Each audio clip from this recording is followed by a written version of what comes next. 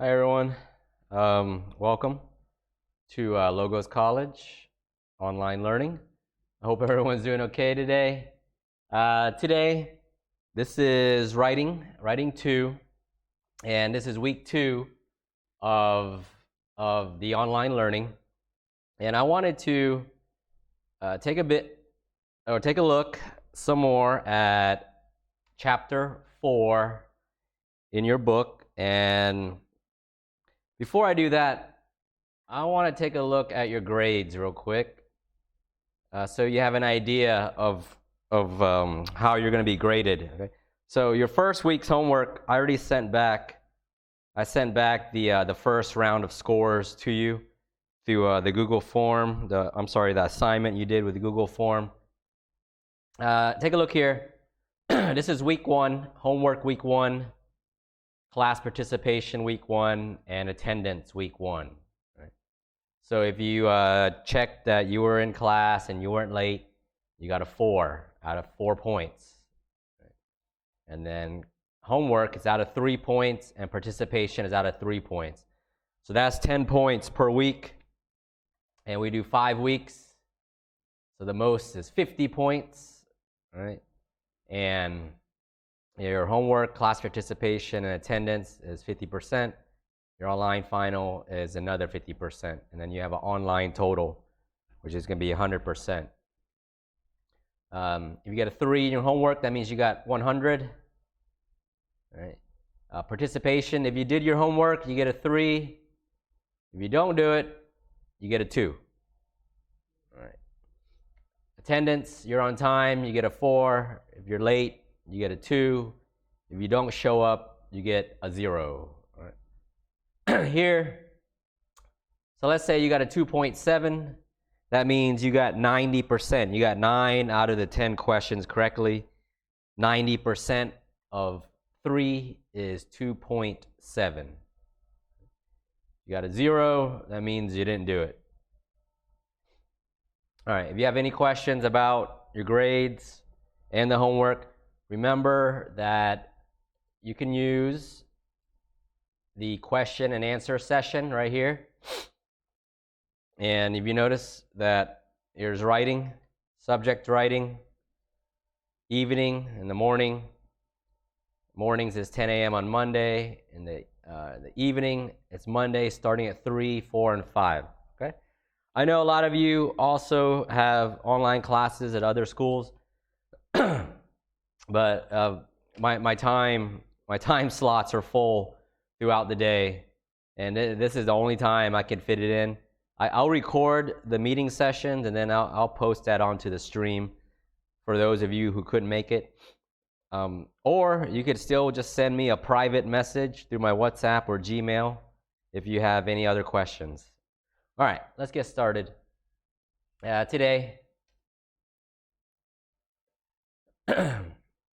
we're talking about some more on chapter 4, and we left off on page 112. And we last week we talked about space order descriptions, and we talked about prepositions. Right?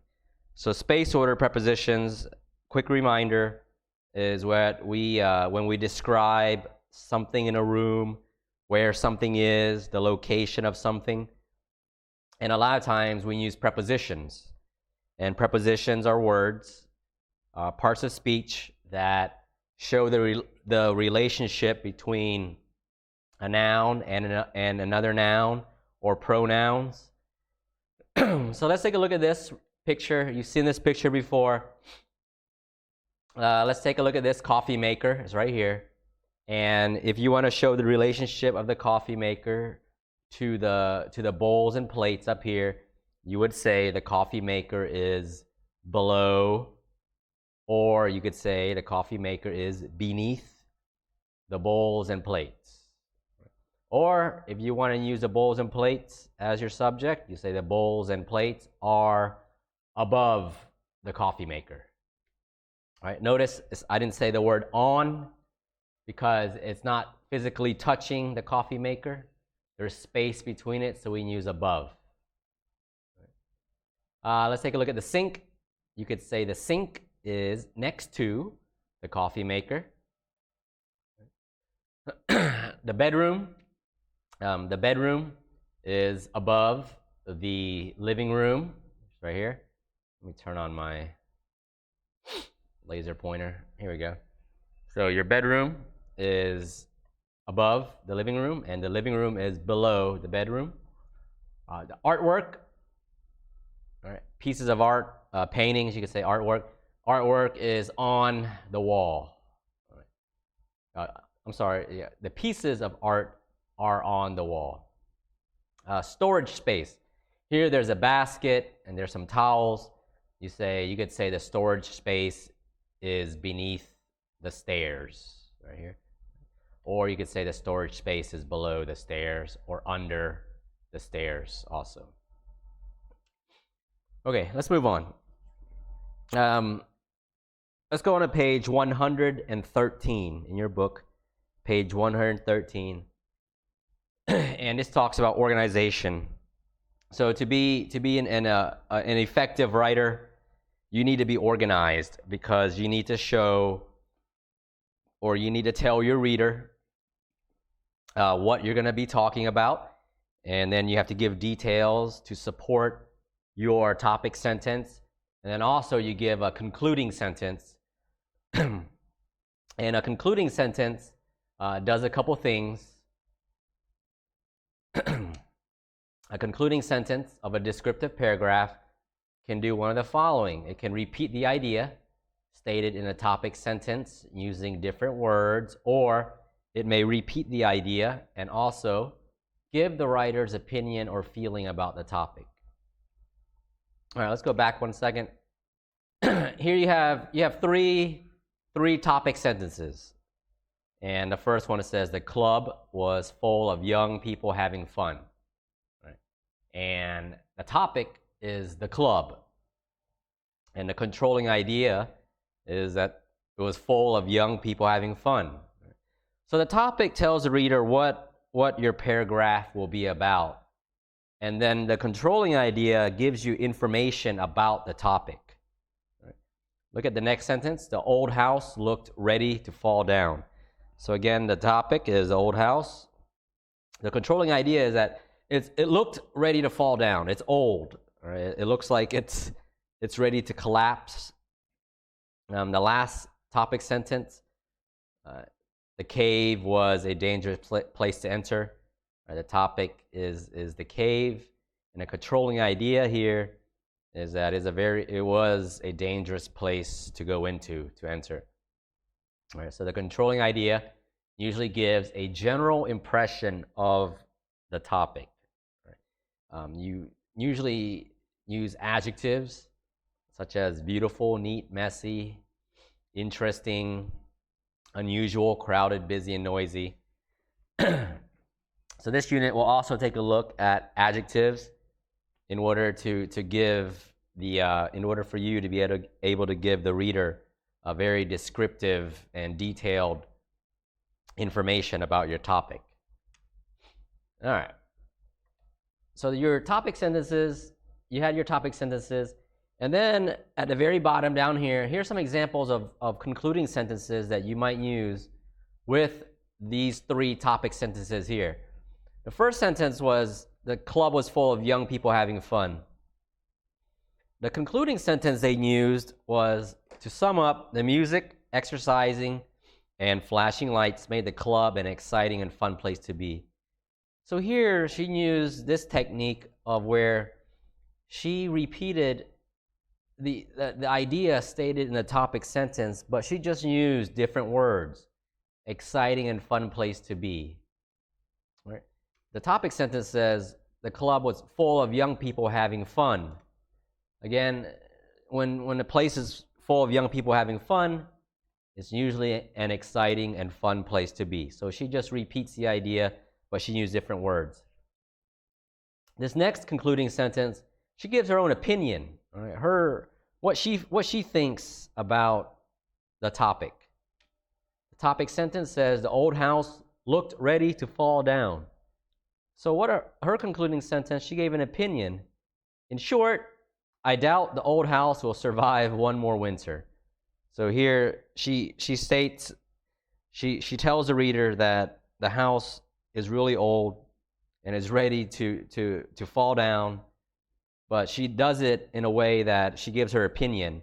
She says, I don't think it'll survive one more winter.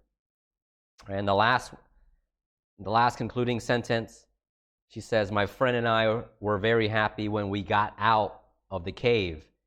And that is because the topic sentence said the cave was a dangerous place to enter. So you don't want to go into dangerous places. So here she expressed a feeling of happiness when her and her friend got out of the cave. And that is because it was a dangerous place to enter. All right.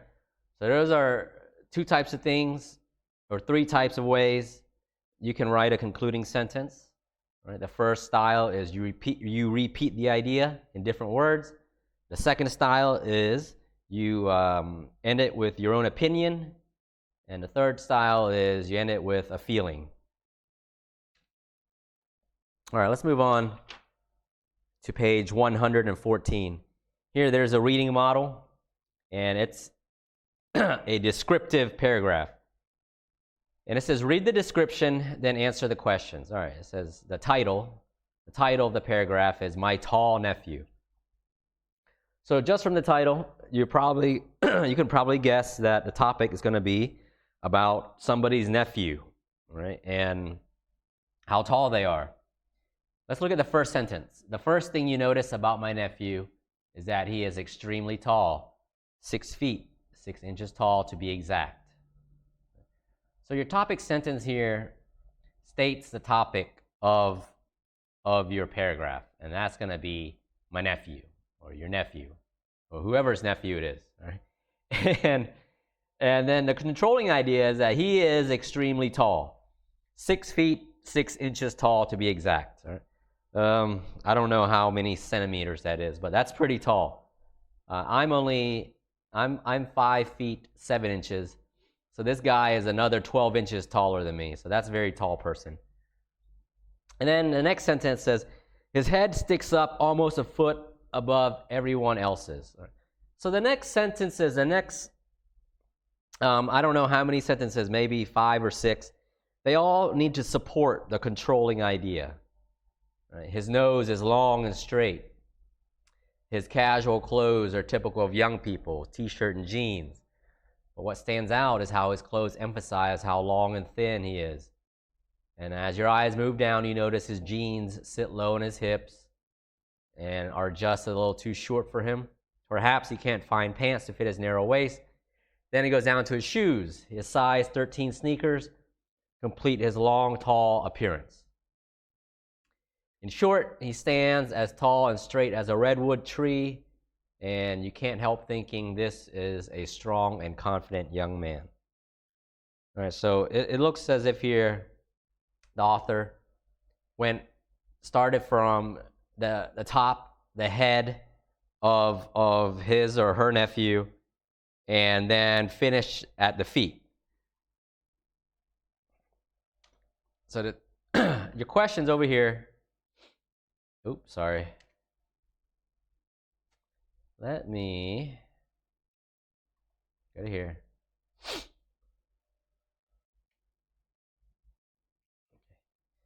So the very bottom, question 1 says, what is the topic of the topic sentence? And your answer would simply be my nephew, because that's what the topic is. And what is a controlling idea? And that the controlling idea is he is extremely tall.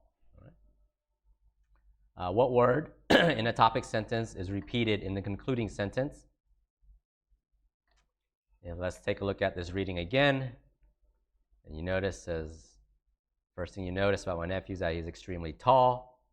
At the very bottom again, she says, in short, he stands as tall and straight as a redwood tree. If you don't know what a redwood tree is, these trees are famous in California, United States. They're some of the tallest trees in the world. So she repeats the word tall again. Question 3. In the concluding sentence, does the writer repeat the idea stated in the topic sentence, or does she express an opinion or feeling about it? So here she does both. She repeats the idea, yeah, and she says something else. So she repeats the idea by saying, in short, he stands as tall and straight as a redwood tree. So she repeats the idea that the first thing you notice about my nephew is that he is extremely tall. But then she says something else.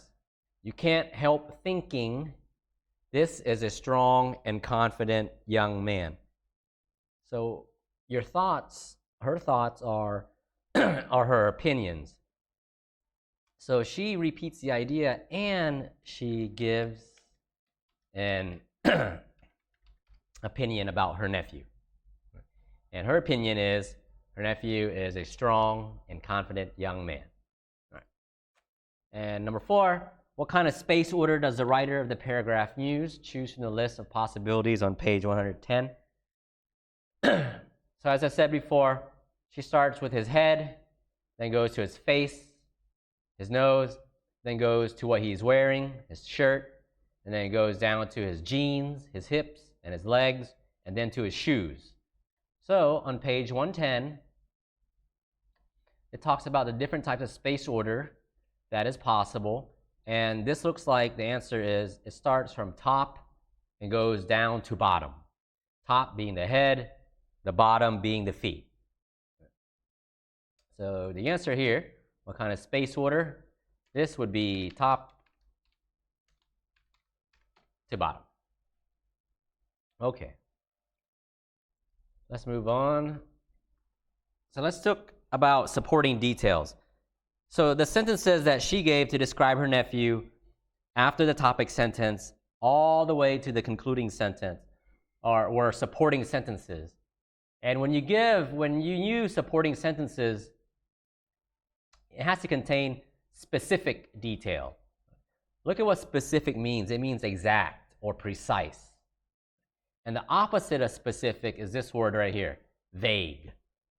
And you want to be specific when you give supporting details, and you do not want to be general or vague.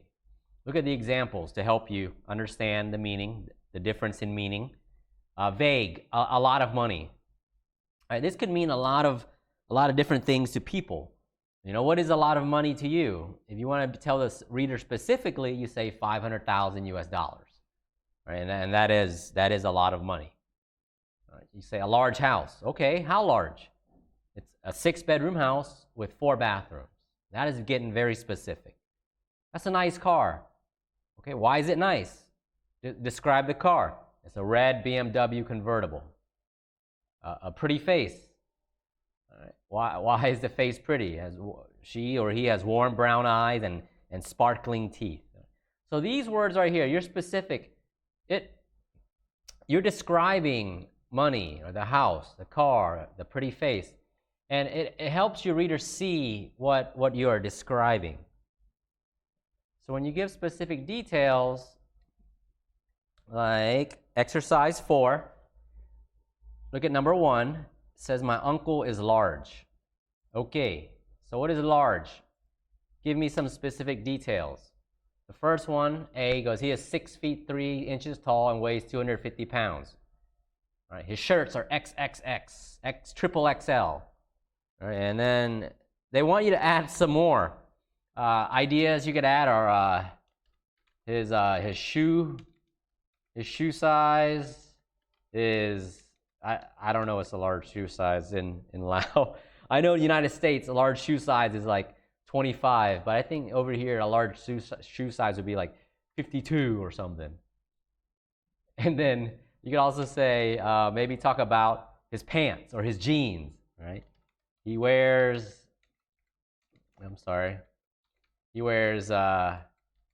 extra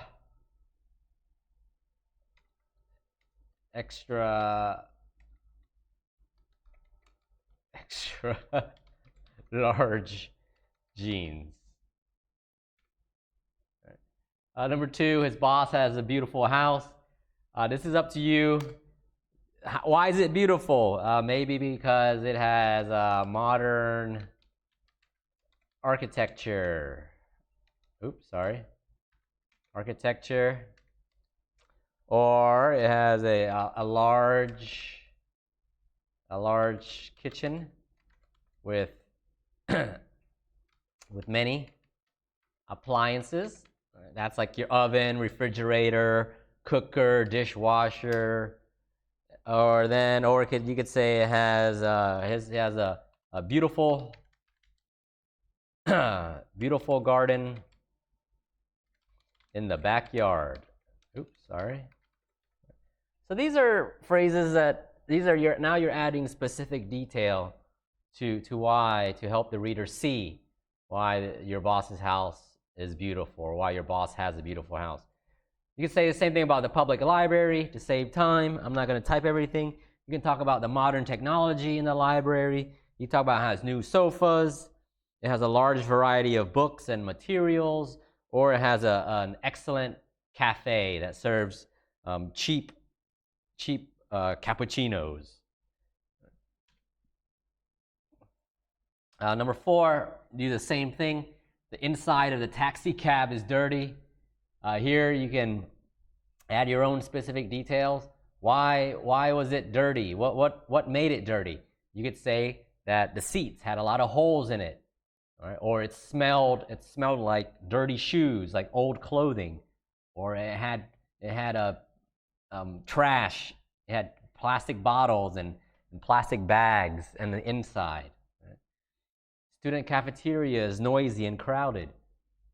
Give specific details. All right, show the reader why. Why is it crowded? Maybe you could say there were not enough tables and chairs, and there were too many students inside. You could say that there were loud noises coming from the music, or maybe people playing video games too loud, or people speaking on their mobile phones too loud. Okay, let's go on to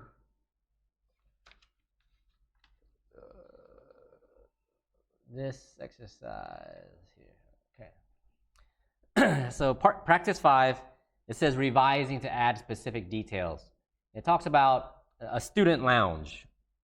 Right? If you don't know what a student lounge is, here's a better picture of a student lounge. Sorry. And a student lounge is where most schools, colleges, and universities, they have an area where the students can go and relax, or study, or talk to each other, or socialize, talk with their classmates. And a nice modern student lounge looks like this. There's ping pong tables. There's a blue a pool table. There's a television. And to describe a picture, remember, we use space order. And notice this description of the student lounge that the author gives about his or her student lounge here. And they want you to read this, and they want to know, does the writer succeed in making the reader see the room? Why or why not? And how could the description be improved? All right, let's look at it. It says, during last month's college tour, I was very impressed with the student lounge at the dorm. The lounge was pretty big. In the center, there were some nice couches. To the left, there was a pool table. The lounge had a nice kitchen. There was a TV and a nice study area. The student lounge was really nice. All right, so what do you think? He does use, or he, maybe she, the author does use some space order descriptions using prepositions. Notice she tells you, or the author tells you, where there are some couches. She goes, in the center, there are some couches. To the left, over here, there was a pool table, right?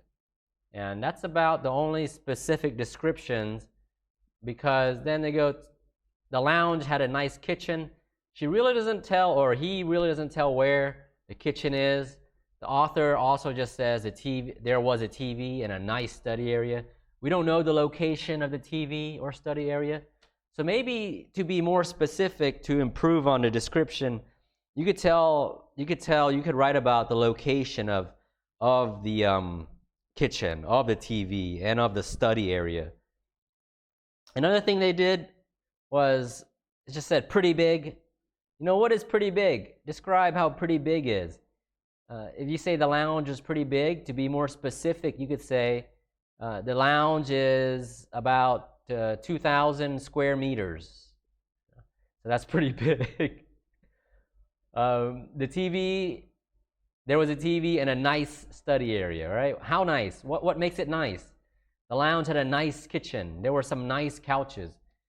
Maybe they could say there were some new leather comfortable couches. Right? The lounge had a nice kitchen with a new microwave and a new oven. So instead of just saying nice, describe, give more details about what makes it nice. All right. So exercise B, this is something that you could do in your own time. They want you to rewrite about the student lounge. You can add more specific details if you'd like. You can use these nouns: armchair, chair, coffee tables. I think you know what all of these are. Refrigerator, utensils. Utensils are like forks, knives, spoons, plates. And these are adjectives. Okay, adjectives. I want to move on because we have to cover one more thing before we talk about adjectives today. Let's go to outlining real quick. All right, outlining. I'm not going to spend very much time on this. This is on page 118. You've done this before, outlining. Outlining is a way to help you organize the details of your paragraph before you write it in actual paragraph form. And they want you to get as many ideas. Right? First, you make a list of as many ideas. You're brainstorming. And after you make your list, you make an outline. And the exercise 6, they want you to read your list and cross out repeated or unimportant ideas. Then they say, look at the details. What space order do you want to use? Left to right, front to back. Then number your details in that order. So you number your details in order of how you will describe it. And then they want you to edit your list and then make an outline. All right. So this is practice 6. If you want to take some time to do this, you can please pause the video. All right, here it says they want you to edit the list, put a line through the details that writer did not include, and then decide what space order to use. So this goes back to the the paragraph about the modern lecture hall on page 111. So this was their brainstorming. This was their list. So even before they wrote about their new lecture hall, they went ahead and wrote ideas about everything they might write about the lecture hall. And now the exercise here is they want you to cross out the things that they did not write about. And then they want you to list what they wrote about first. First, they wrote about the white screen on the wall. Next, they talked about the whiteboard. And what was next? So if you pause this video, take some time to do that. And then the next slide, I'm going to show you the answer. So if you don't want the answer yet, don't go to the next slide. Right. So here it is, the next slide. Oops. There you go. So here's your answer to editing the list. Everything that's crossed out, the writer did not talk about in their final version. Didn't talk about the green carpet.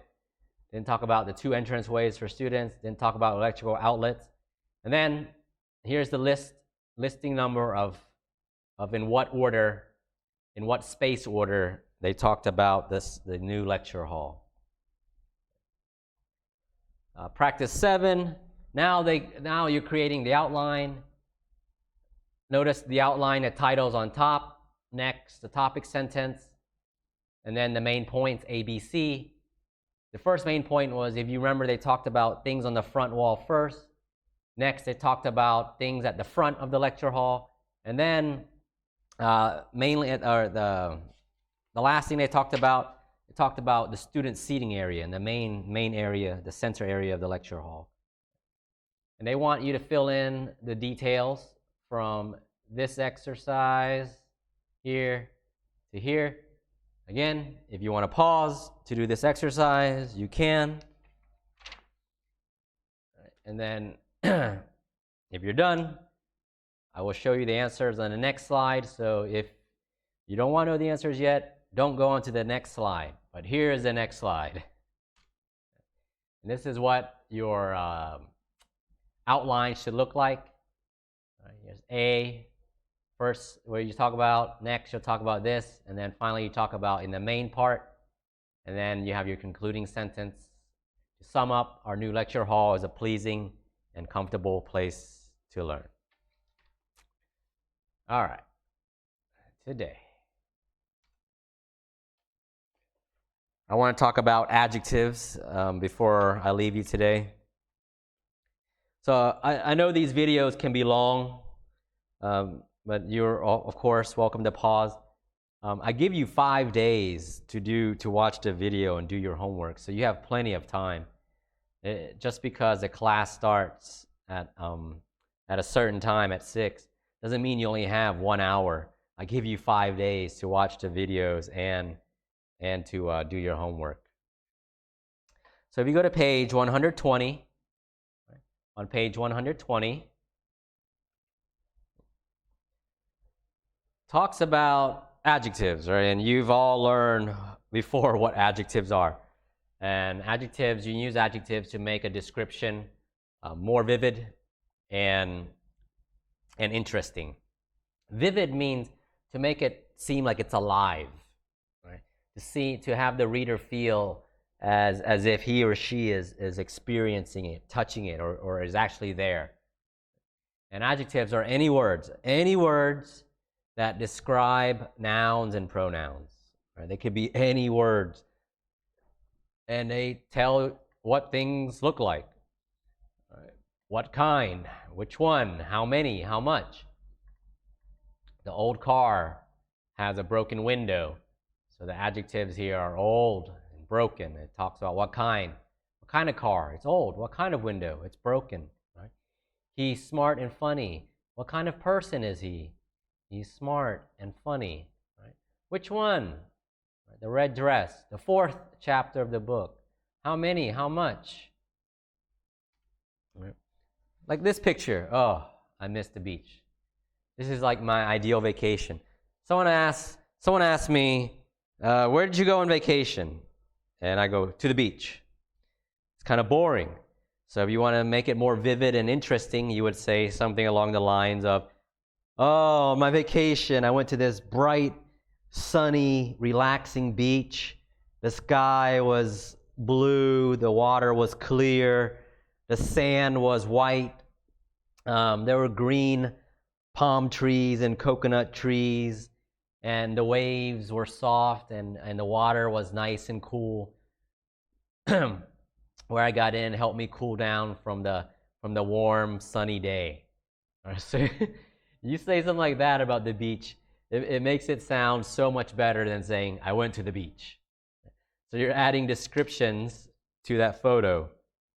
All right, some rules. So these are all things you've already learned, all right? You have learned about adjectives. The first rule, this is important, adjectives come in front of nouns. Again, adjectives come in front of nouns. Right? The talented young musician, the noun is musicians, our musician is musicians, and your adjectives are talented and young. However, adjectives can also follow linking verbs. All right, so linking verbs. If you forgot what linking verbs are, here's linking verbs. These are verbs that do not express action. They connect the subject of the verb to additional information about the subject. Here's a list of them. Am, is, are, was, were. That's the verb to be. Right? Become, feel, has been, grow, look, seem, taste, sound. So these are linking verbs.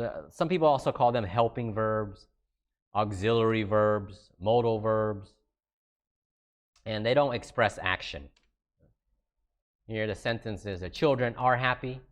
The linking verb to be. Notice the adjective is after the linking verb. Same thing here, you seem sad. Seem is the linking verb, and then the adjectives can come after the linking verb. Okay, rule 3, adjectives only have one form. Do not put an S behind an adjective. There are never plural forms of an adjective. Never, never, never. Right?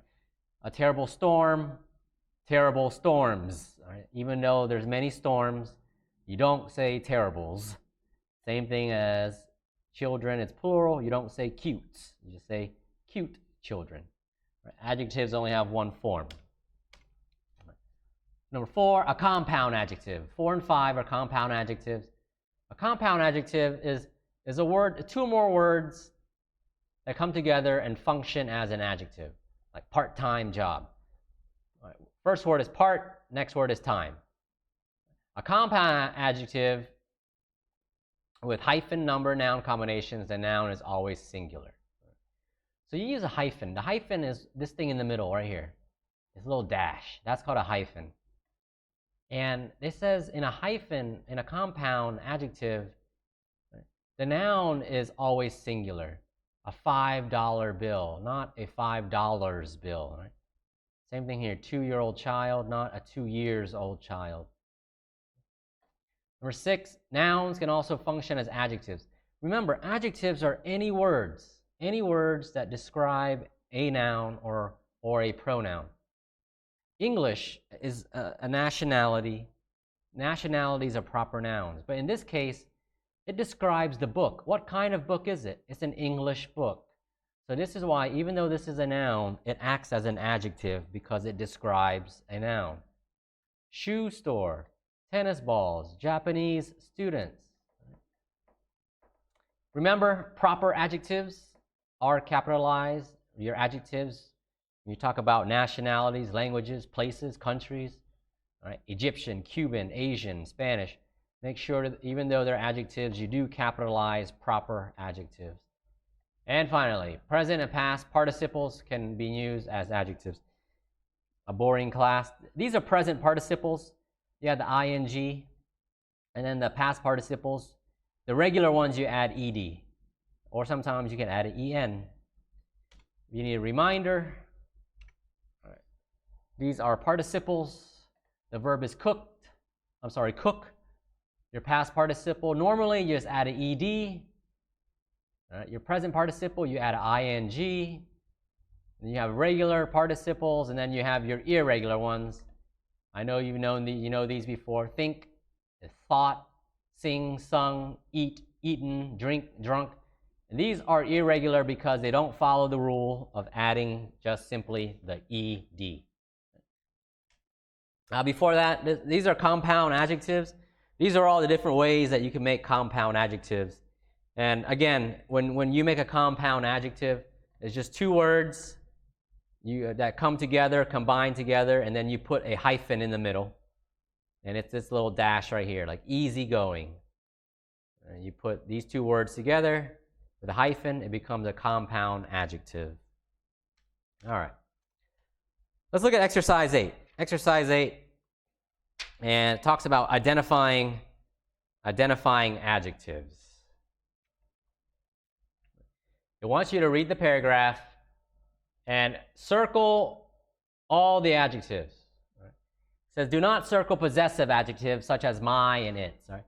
My, its, theirs, his, hers, ours. We don't circle those possessive. Even though they're adjectives, they're possessive adjectives. Let's just focus on adjectives that come in front of nouns, adjectives that follow linking verbs. Let's focus on words that describe nouns. The first sentence, my first car was old and ugly, but I loved it anyway. So it has 3 adjectives in that sentence. First, old and ugly. So first is an adjective. Why? Because it describes car. And notice car is a noun, so the adjectives comes before the noun. Old and ugly. Old describes a car, ugly describes a car. It was an old car, it was an ugly car. And this comes after the linking verb was. But I loved it anyway. It was a very bright shade of blue, but it also had green, yellow, and gray paint in different places. So that sentence has five adjectives. What 5 adjectives are there? All right, let me turn on my laser pointer. It's a very bright shade of blue. So an adjective here is the word bright because it identifies, it describes the shade of blue, right? But it also had green, yellow, and gray paint. So you have adjectives, green, yellow, and gray. These 3 words are adjectives because they describe paint. What kind of paint is it? It's green, it's yellow, and gray. And the noun is paint in different places. Here, the word different is your adjective because it describes places, which is the noun. So this exercise, there's 28 more. Well, okay, this is 1, 2, and 3, okay?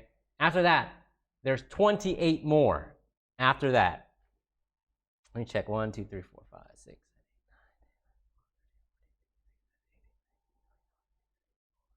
9, 10. Yep, 28 more adjectives. So if you want to pause the video to see if you can find 28 more adjectives, and when you come back, all right, so if you pause this video, if you can find 28 more. So the next slide I'm going to show you are all the answers. Right, so if you're not ready yet, don't go on to the next slide. Pause the slide. And here's your answers. There you are. The body was in terrible condition. Terrible is adjective. It had several big dents. There's several and big. The lock on the hood was broken. Broken, the hood was broken. This is after linking verb. So I had to tie down the hood with a strong rope. What kind of rope is it? It was strong. All right. Also, the back bumper was rusty. The front window, big crack. So all these words describe a noun or describe a pronoun. If you want to look at something, in the very last sentence, this was the answer key in your book, and it said, my old VW means Volkswagen, had many faults, but in my mind, it was perfect. If you notice, I think they missed an adjective here, and I don't think they should have circled old, because old talks about Volkswagen. So I think you should also circle old, like my old Volkswagen had many faults, but in my mind, it was perfect. Okay. This is a pretty long video already. I'm going to stop it there. So that was page 122. When we come back next week, we're going to finish Unit 4. We're going to finish Unit 4. If some of you have questions, remember to please ask me, and attend the Google Meet session that is posted. And this is where you can be one-on-one, face-to-face, or with your classmates, and you can ask me questions about your homework and everything. Okay, I will send this video out tomorrow along with your homework and your attendance question. If you have any questions, please send me a message on my WhatsApp, my email, or in the Google Classroom stream. Okay? Again, thanks for watching, and stay safe and have a good day. Bye-bye.